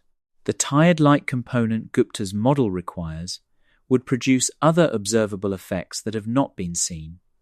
Most cosmologists view Gupta's proposal as creative, but unlikely to survive. Some, however, point out that the early galaxy crisis is real, and that creative proposals are exactly what should be on the table when a standard model is under stress. Primordial black holes are another option. Stephen Hawking proposed in the 1970s that black holes could have formed in the first instant after the Big Bang, from regions of unusually high density in the primordial soup. These primordial black holes could have a wide range of masses, from microscopic up to supermassive. If a meaningful fraction of dark matter is primordial black holes, then the overmassive early black hole problem partially eases. There were seed black holes already in place to grow into the supermassives. And the galaxy assembly problem partially eases too, because primordial black holes can serve as initial gravitational anchors around which gas accretes. Primordial black holes are not ruled out by current observations, though they are constrained in some mass ranges. The interest in them has grown since Webb's results began arriving. They are not the leading explanation, but they are now considered a serious possibility for the dark sector, where they were considered a curiosity 10 years ago. Plasma cosmology and tired light revivals exist on the edge of the discussion. These are older, largely rejected frameworks that some non-mainstream physicists continue to develop. Webb has been seized on by their proponents as evidence for their views. The mainstream evidence does not support them. The expanding universe picture, supported by the CMB, by the Hubble flow, by the cosmic time dilation seen in supernova light curves, by the baryon acoustic oscillations, remains overwhelmingly the best supported model. Plasma cosmology does not absorb that evidence well. It is mentioned here for completeness, not for endorsement. There is also the speculative wing. Avi Loeb has been arguing for several years that working cosmology is too willing to dismiss anomalies that do not fit the model, and that Webb's pattern of unexpected observations may demand a broader theoretical openness. Loeb does not endorse the fringe models. He endorses a methodological stance that data which appears to be impossible should be taken at face value first and explained second, not the reverse. That stance is uncomfortable for working physicists who have been trained to be skeptical of extraordinary claims. But Loeb's position has been gaining ground in the wake of Webb because the pattern of anomalies is no longer something a methodologically conservative scientist can comfortably ignore. Callback. Connect this back to the central thread that we have been tracing all evening. None of these alternative frameworks is the accepted explanation for what Webb has shown us. None of them has been adopted by the working cosmology community as a replacement for lambda CDM. But the existence of so many serious alternatives, each motivated by some piece of Webb's data, is itself evidence that the early universe physics is up for renegotiation. The alternatives are not winning. The Standard Model is not losing. The discussion is opening. That is the change. That is the meaningful shift. And that is the shape of every paradigm change in physics in the first decade of its life. Now, before we close out the evening, I want to take a brief side trip to the other end of cosmic time. Because while Webb has been busy showing us the early universe, two other lines of evidence have been quietly showing us that the late universe is misbehaving too. And the texture of those late universe anomalies, when you put them next to Webb's early universe data, completes a picture worth pausing on. Is less than break time equals 1s, is greater than number, part. 11. Cosmic dawn, dark energy, and the two ends of the story. Population 3 stars are, in the standard story, the first stars. They formed from pristine hydrogen and helium with essentially no heavier elements. The conditions of the early universe should have favored massive stars in this population because pristine gas does not cool easily, and gas that cannot cool tends to collapse into larger clumps before fragmenting. Population 3 stars should have been hot, blue, brief, and have died explosively, seeding the next generation of stars with the metals that we are now made of. For decades, Population 3 stars were a theoretical prediction in search of an observation. They had not been directly seen. Their fingerprints had been inferred indirectly from the chemical composition of older stars in our own galaxy. But nobody had pointed a telescope at a cluster and said, "Those are Population 3 stars." In November 2025, a team reported that JWST observations of a small object near the famous early galaxy GN Z11 showed strong helium and hydrogen emission lines with no detectable metals. That spectral signature is consistent with Population 3 stars. The object is small, about 400 million years after the Big Bang. Around that time, the team reported a separate candidate cluster called LAP-1b with similar properties. By April 2026, the strongest evidence yet for genuine Population 3 stars had been published. This is, in its own way, an enormous achievement. Webb has begun to deliver, for the first time, direct observations of the very first stellar generation. The cosmic dawn is no longer a theoretical concept. It is an observable region of the universe, with measurable spectral properties. What does cosmic dawn evidence do for our central thread? It confirms that Webb is reaching the actual early universe, not some intermediate epoch. The strangeness Webb has shown us the overmassive galaxies, the precocious spirals, the early black holes, is not an artifact of analysis at the edge of the data. It is genuinely what the early universe looks like when you can see it clearly.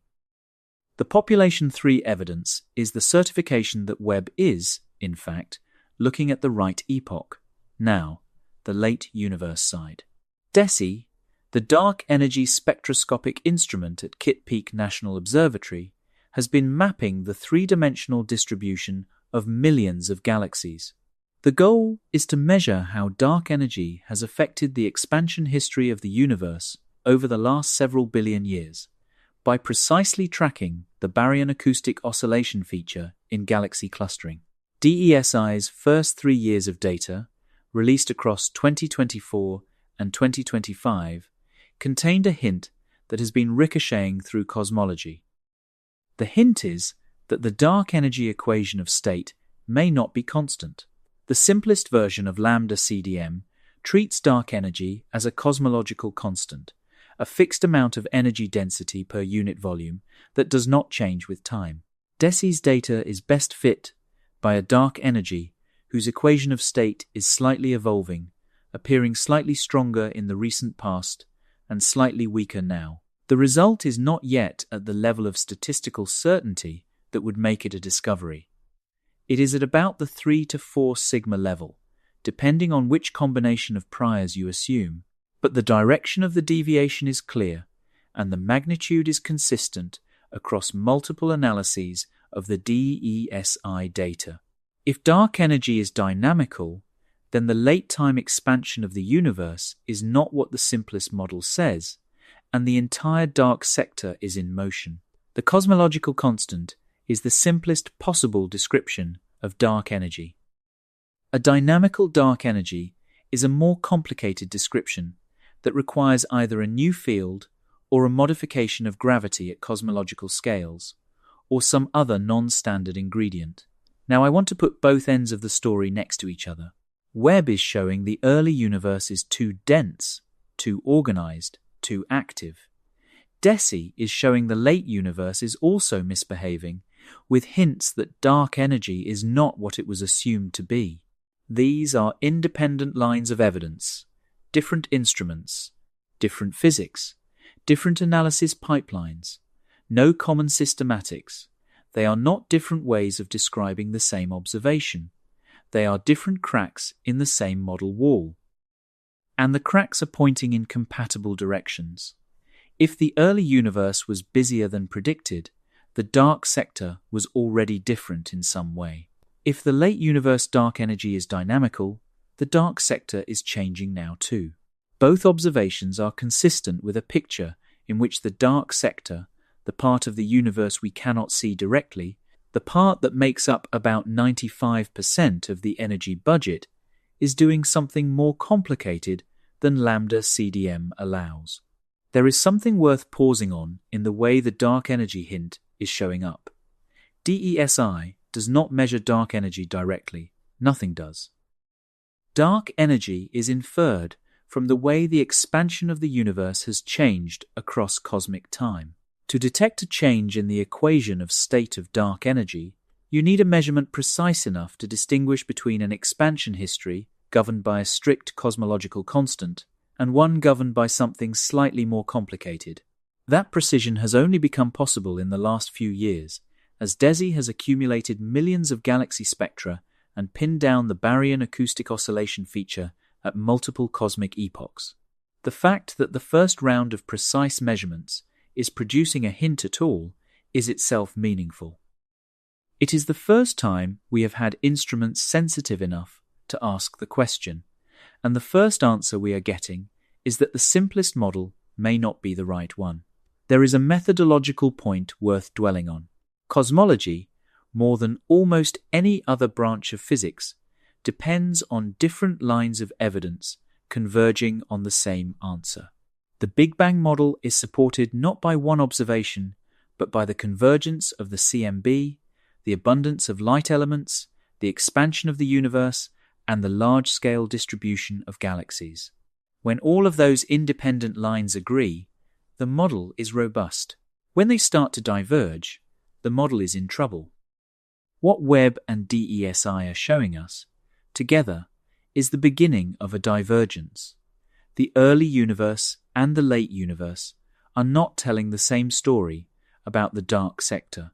They are not yet telling fully contradictory stories, but they are telling stories that the simplest lambda CDM model cannot bridge. Either we patch the model heavily, or we start considering alternatives that absorb both ends naturally. Callback. Connect this back to the central thread we have been tracing all evening. The early galaxy crisis is one tear in the fabric. The Hubble crisis is another tear. The little red dot population is another. The dark energy hints are another. The population 3 evidence is the certification that we are looking at the right epoch with the right instrument. All of it together is the same fabric, tearing in different places, all of it consistent with the reading that the standard model is at its limit. None of it is conclusive. All of it is compatible. That is the situation we are in. So I want to close now with something quieter than crisis. I want to close with what it means to be the generation watching this happen, because that is not a small thing, and it is not something you should pretend to be neutral about. It is one of the strangest privileges of having a working brain in the early 2026 era that the universe is, in slow, real time, telling us we did not write the right book about it. Is less than break time equals 1s is greater than number, part 12. What if we are the first witnesses? Picture, for a moment, the instrument itself. Webb is 1.5 million kilometers from Earth, hanging in a slow halo orbit around a point in space defined by gravitational balance. Its sunshield holds back the sunday. Its instruments sit at near absolute zero. Its mirrors are coated in gold so thin you could almost see through them if you were looking from the right angle.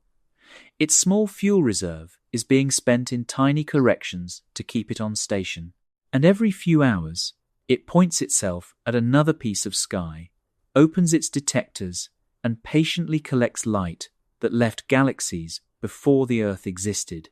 That is what is happening right now, in the time we are sitting together. There is no fanfare around any of it. The press conferences happen weeks or months after the data comes down. The papers appear in journals and on preprint servers. The conferences run, the conversations continue, and the data keeps coming. What we have walked through tonight is, fundamentally, what that data has been telling us across the last 3 years. Galaxies that should not yet have formed, black holes that should not yet have grown, spiral arms that should not yet have wound up, bars that should not yet have settled, mergers that should not yet have begun, an expansion rate that disagrees with itself, a dark sector that may not be what we thought it was. None of that, individually, would force a working physicist to abandon lambda CDM. The discipline of working physics is to be slow about big claims. The history of the field is full of false alarms, anomalies that looked real for a while and then disappeared into systematic corrections. The systematics-only camp is not wrong to be cautious. Many of Webb's anomalies will, in the end, turn out to have ordinary explanations. But not all of them. That is the part that has shifted. The cumulative weight is now too heavy for the systematics-only camp to carry alone. The fraction of working cosmologists who think lambda CDM needs serious revision is growing. The phrase new physics appears in journal abstracts more often than it did 3 years ago. Conferences have started running dedicated sessions on the tensions. The conversation has changed. Let me give you a sense of historical cadence. The last major shift in cosmology was the discovery of the accelerating expansion of the universe in 1998. 2 independent supernova survey teams found, almost simultaneously, that distant supernovae were dimmer than the standard model predicted, implying that the expansion of the universe was speeding up rather than slowing down. That discovery required the reintroduction of a cosmological constant or some equivalent, and it led to 2 Nobel Prizes in 2011. Before that, the major shift was the discovery of the cosmic microwave background by Arno Penzias and Robert Wilson in 1965, which confirmed the Big Bang model and put the steady-state alternative to rest.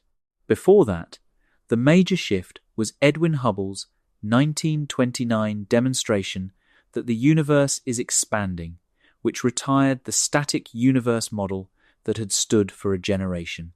Each of these revisions came roughly 3 decades apart. Each was preceded by a period in which the working community noticed accumulating anomalies that did not fit the standard model of the day.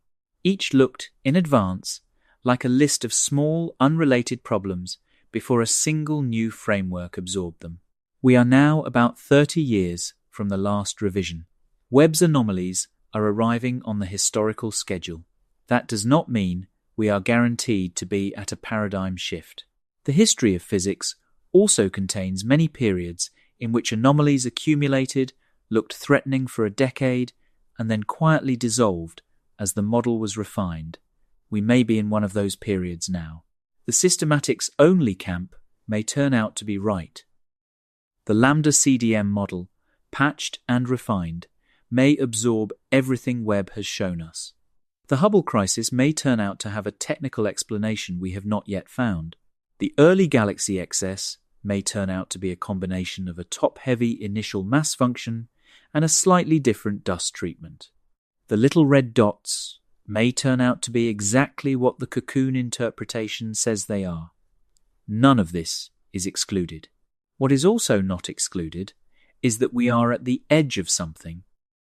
That the next decade of Webb data, combined with the Euclid Space Telescope's results, with the Vera Rubin Observatory's wide-area surveys, with the next generation of CMB experiments, with extended DESI runs and their successors, will converge on a picture in which lambda CDM is no longer the simplest description of the universe.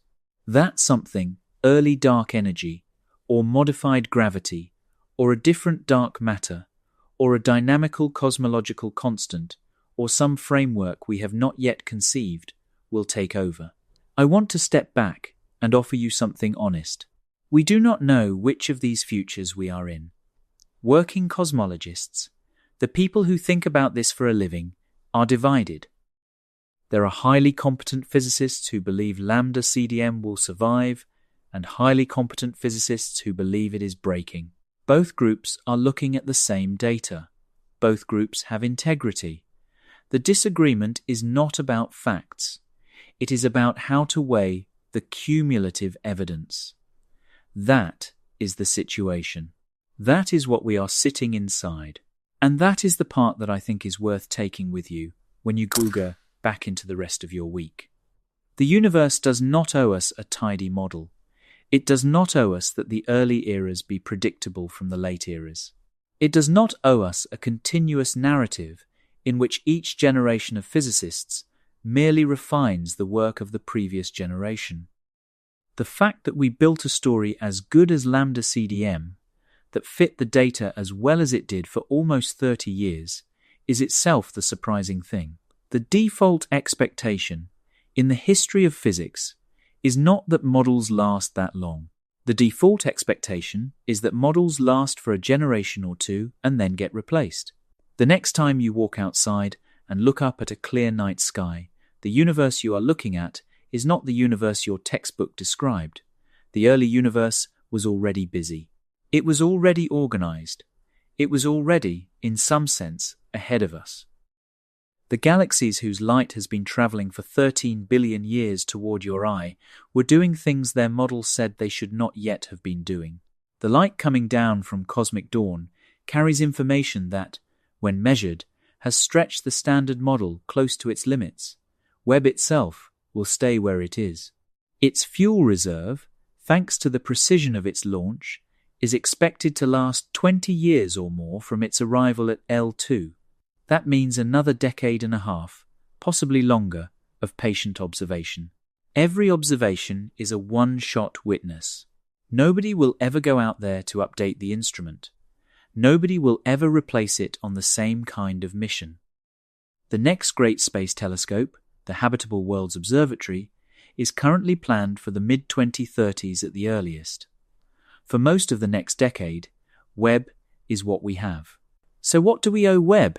In turn, patience, honesty, the willingness to be wrong about the universe we thought we knew, the discipline to let the data lead even when it leads to places the standard model cannot follow, the intellectual courage to take alternatives seriously when they make successful predictions, and to take systematic corrections seriously when they explain anomalies away. The humility to remember that we are looking at the universe across a single, brief moment of our species' time on this planet, and that the universe has been here, in its strange, uncatalogued way, for far longer than we have had the tools to look. The James Webb Space Telescope was pushed farther into space than any telescope before it. It was sent to a point 1.5 million kilometers from Earth, where no human can ever reach it. It opened its eye to a universe its designers thought they understood. And what it has revealed, slowly and steadily across 3 years of operation, is that the universe operates on rules far stranger than intuition suggests. We are not the first generation to face this realization. Hubble's generation faced it. Penzias and Wilson's generation faced it. The The supernova teams of 1998 faced it. We are simply the first to face this particular version of it, with this particular telescope, looking at this particular regime of cosmic time.